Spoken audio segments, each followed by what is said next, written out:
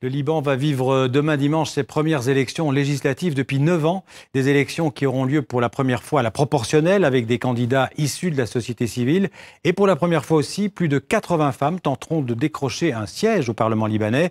Parmi elles, la journaliste, écrivaine et féministe Joumana Haddad qui se présente sur une liste indépendante et laïque. Le reportage à Beyrouth de notre correspondant Wissam Sharaf. Au marathon de Beyrouth, la candidate Joumana Haddad réserve un accueil de choix à ses supporters. Car face aux partis géants en lice pour les législatives, toute publicité pour les candidats indépendants est la bienvenue.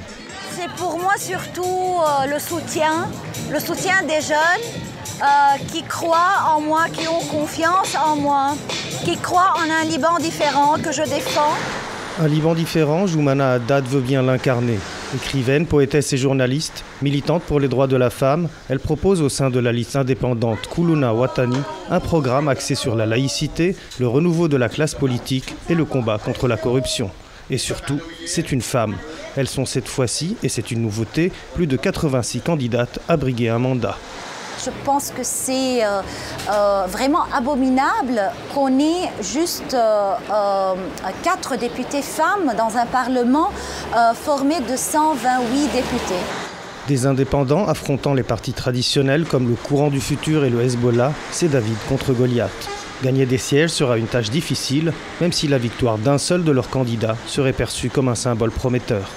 Mais Joumana Haddad veut y croire. Pour elle, les Libanais en ont assez des humiliations quotidiennes. Je crois que l'humain gagnera en fin de compte et je suis certaine qu'au moins 5 ou 6 indépendants vont pouvoir arriver au Parlement le 6 mai prochain.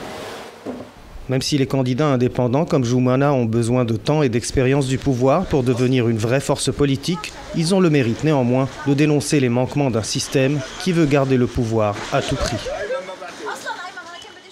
Les femmes donc plus impliquées que jamais dans cette bataille électorale au Liban. En direct avec nous par Skype depuis Beyrouth, Vera El Khoury l'accueille. Bonjour, vous êtes diplomate, vous avez fait l'essentiel de votre carrière à l'UNESCO. L'an dernier, vous étiez d'ailleurs candidate à la direction générale de l'UNESCO. Vous êtes aussi politologue, vous connaissez bien le système politique libanais de l'intérieur. Est-ce que vous pensez que les femmes peuvent vraiment se faire une place dans le monde politique libanais dominé par les hommes? Bonsoir.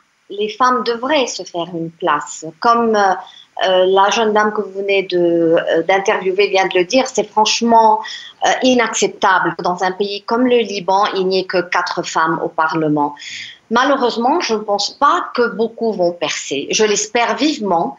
Les grands partis traditionnels ont pris très peu de femmes sur leur liste. Il y en a qui n'en ont pris aucune. Et puis, il y a ce système de voix préférentielle, le vote préférentiel. Je doute que beaucoup donnent leur vote préférentiel aux femmes. Donc, ça va être la grande question, le grand point d'interrogation pour demain. Combien de femmes vont percer? Vous pensez que les femmes au Liban continuent à préférer de voter pour des hommes?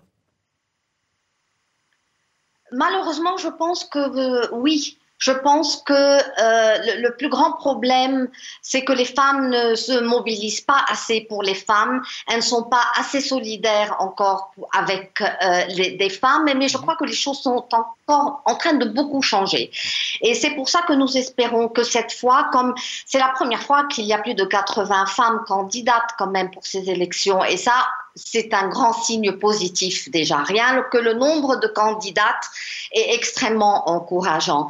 Mais j'appelle toutes les femmes libanaises à voter et à donner surtout leur vote préférentiel pour des femmes sur la liste de n'importe lequel des partis. Vera El Khoury, vous diriez que les droits des femmes ont plutôt progressé ces derniers temps au Liban? Oui, mais très peu. Pas assez. Le Liban a cette réputation d'être un pays ouvert, très divers, très moderne, ce qui est vrai, sauf pour la condition des femmes. La femme est très peu protégée dans la loi libanaise, beaucoup moins que dans d'autres pays arabes où la loi protège les femmes beaucoup plus qu'au Liban. Et c'est ça ce que nous voulons beaucoup changer. De toute façon, nous allons attendre. Lundi, nous allons voir combien de femmes vont être élues au Parlement.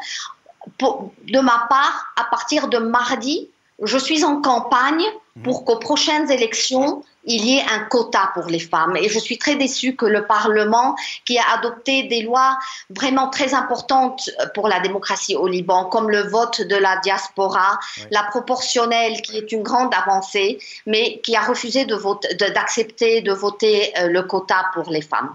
En un mot, Vera El Khoury, au lendemain de ces élections dimanche, quelles sont les priorités, les urgences du Liban ?